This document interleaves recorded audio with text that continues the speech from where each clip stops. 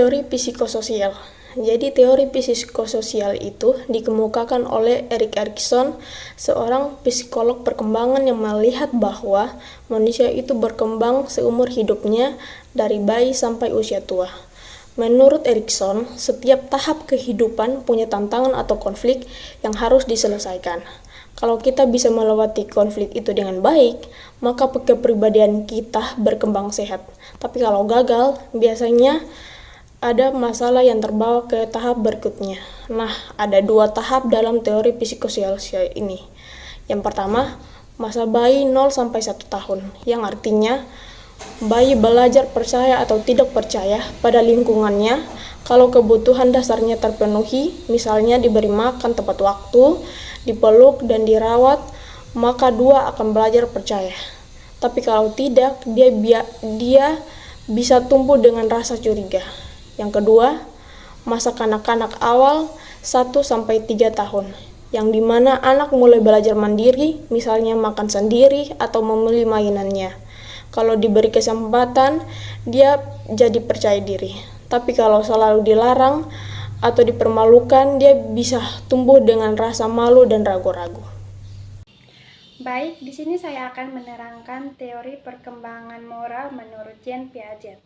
Menurut Piaget, tahapan penalaran moral itu sejalan dengan perkembangan kognitif.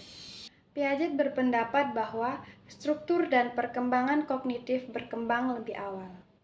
Melalui kemampuan kognitif inilah, kemudian dapat ditentukan kemampuan penalaran anak mengenai lingkungan sosial di sekitarnya.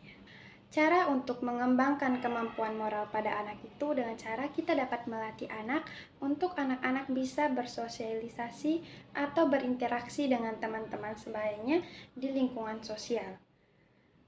Hal tersebut bisa membuat anak-anak paham tentang nilai moralitas secara bertahap. Selanjutnya, kata moral berasal dari bahasa Latin yaitu mos. Bentuk jamaknya adalah mores yang mengandung arti adat istiadat, sopan santun, dan perilaku. Baik, jadi kesimpulan dari teori Jean Piaget mengenai perkembangan moral ini yang dapat saya ambil adalah yang dimana sudah dijelaskan tadi bahwa perkembangan moral itu sejalan dengan perkembangan kognitif, yang dimana sudah diketahui bersama bahwa perkembangan kognitif itu saling berkaitan dengan nilai berpikir, memahami, dan memecahkan masalah.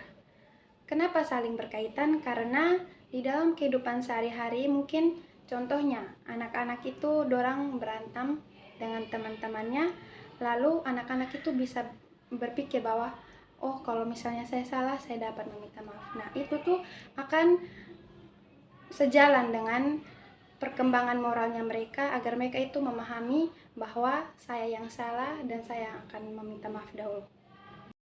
Yang berikut teori Levi-Gosti. Levi-Gosti menekankan bahwa perkembangan moral anak tidak terbentuk secara alami, melainkan hasil dari interaksi sosial dan budaya di sekitarnya. Anak belajar memahami nilai, aturan, dan norma melalui dialog, bimbingan, dan contoh dari orang dewasa maupun teman sebaya. Bahasa menjadi alat penting untuk menginternalisasi nilai moral karena melalui komunikasi anak dapat menangkap konsep benar atau salah. Vygotsky juga memperkenalkan konsep zone of proximal development, yaitu kemampuan berkembang lebih optimal ketika mendapatkan arahan dari orang yang lebih kompeten. Dengan demikian, moralitas pada anak usia dini adalah hasil proses belajar kultural yang terus dibentuk oleh lingkungan, bukan bawaan sejak lahir. Yang keempat, teori belajar sosial menurut Albert Bandura. Teori ini menekankan bahwa anak belajar melalui pengamatan dan peniruan terhadap perilaku orang lain, bukan hanya secara pengalaman langsung, di mana anak tidak selalu belajar sendiri, tetapi belajar cukup dengan melihat dan mencontohkannya. Contohnya, anak tersebut melihat teman sekelasnya merapikan permainan. Otomatis, anak tersebut akan menirukan hal tersebut. Yang berikut teori perkembangan moral menurut Lawrence Koerber. Teori perkembangan moral menurut Lorenz Kohlberg adalah sebuah teori yang menjelaskan bagaimana anak-anak mengembangkan kemampuan moral mereka sepanjang proses perkembangan. Kohlberg mengidentifikasi 6 tahap perkembangan moral yang berbeda, yang dapat dibagi menjadi 3 tingkatan utama. Yang pertama, tingkat prakonvensional usia 4-7 tahun. Prakonvensional adalah tahap pertama dalam teori perkembangan moral Lorenz Kohlberg. Pada tahap ini, anak-anak memahami moralitas sebagai sesuatu yang dapat ditentukan oleh otoritas eksternal seperti orang tua atau guru. Tingkat kedua yaitu konvensional usia 7-10 tahun. Konvensional adalah tahap kedua dalam teori perkembangan moral Lorenz Kohlberg. Pada tahap ini, individu memahami moralitas sebagai sesuatu yang ditentukan oleh norma-norma sosial. Tingkat ketiga yaitu pasca konvensional, yaitu usia 10 tahun ke atas. Pasca konvensional adalah tahap ketiga dalam teori perkembangan moral Lorenz Kohlberg. Pada tahap ini, individu memahami moralitas sebagai sesuatu yang ditentukan oleh prinsip-prinsip etika universal yang berlaku bagi semua orang tanpa memandang konteks sosial atau budaya. Teori attachment atau kelekatan menjelaskan bagaimana hubungan awal antara anak dan pengasuhnya, biasanya ibu, membentuk pola hubungan sepanjang hidup. Implementasi teori attachment. Yang pertama, perkembangan sosial dan emosional. Gaya attachment memengaruhi kemampuan anak untuk membangun hubungan yang sehat, mengatur emosi, dan mengembangkan rasa kepercayaan diri. Yang kedua, kesehatan mental. Attachment yang tidak aman dapat meningkatkan risiko masalah perilaku, kecemasan, depresi, dan gangguan kepribadian di kemudian hari. Yang ketiga, hubungan dewasa. Model kerja internal yang terbentuk di masa kanak-kanak memengaruhi cara individu menjalin dan memelihara hubungan romantis dan sosial di masa dewasa. Yang berikut konsep-konsep utama. Yang pertama, attachment keterikatan. Ikatan emosional yang mendalam dan abadi antara anak dan pengasuhnya. Yang kedua, basis aman. Pengasuh yang responsif dan dapat diandalkan memberikan rasa aman kepada anak untuk menjelajahi dunia. Yang ketiga, model kerja internal. Representasi mental tentang diri sendiri, pengasuh dan hubungan yang terbentuk berdasarkan pengalaman awal dan memengaruhi hubungan di masa depan. Yang keempat, perilaku keterikatan. Tindakan yang dilakukan anak untuk mencari kedekatan dengan pengasuh, terutama saat merasa terancam atau tidak nyaman. Yang berikut adalah teori humanistik dari Abraham Maslow. Abraham Maslow menekankan bahwa setiap manusia memiliki dorongan alami untuk tumbuh, berkembang, dan mencapai potensi terbaiknya. Maslow menyusun hierarki kebutuhan, yaitu 5 tingkat kebutuhan yang harus dipenuhi agar seseorang bisa mencapai aktualisasi diri. Yang pertama, yaitu adalah kebutuhan fisiologis. Kebutuhan fisiologis adalah kebutuhan yang paling dasar yang harus dipenuhi untuk mempertahankan kehidupan. Bagi anak-anak, kebutuhan ini sangat penting karena berkaitan langsung dengan pertumbuhan fisik, kesehatan, dan energi untuk belajar dan bermain.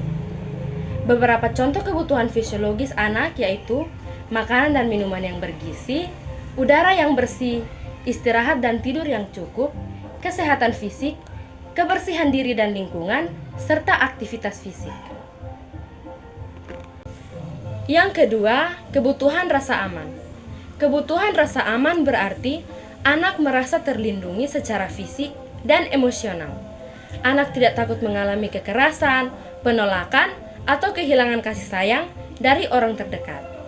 Anak yang merasa aman akan lebih percaya diri untuk mengeksplorasi lingkungan, membentuk ikatan yang sehat dengan orang tua dan pengasuh, menumbuhkan kemampuan regulasi emosi karena tidak hidup dalam kecemasan atau ketakutan. Yang ketiga itu kebutuhan disayang dan diterima. Kebutuhan disayang dan diterima termasuk dalam kebutuhan sosial yang ada di tingkat ketiga dari 5 tingkatan kebutuhan Maslow.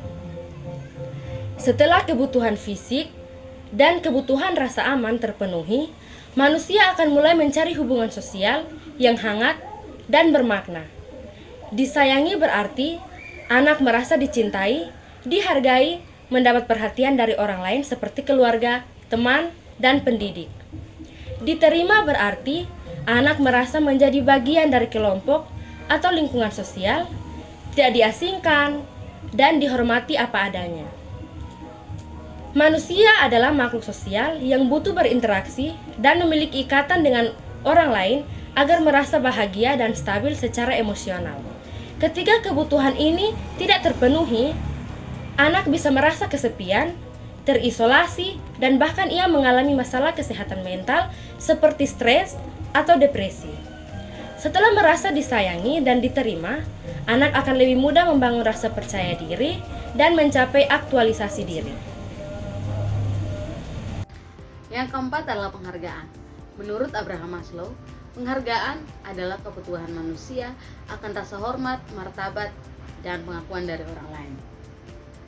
Penghargaan sangat penting dalam perkembangan anak karena hal ini dapat berdampak pada kepercayaan diri anak dan juga dapat berdampak pada perilaku. Yang kelima adalah aktualisasi diri atau potensi. Menurut Abraham Maslow, aktualisasi diri adalah proses di mana seseorang menjadi diri sendiri dan mengembangkan sifat-sifat serta potensi psikologi yang unik dan berbeda yang ada dalam diri mereka masing-masing. Aktualisasi diri sangat penting karena dapat mengembangkan bakat dan potensi secara optimal, meningkatkan kemandirian, serta memahami diri lebih baik mengenai minat dan bakat mereka.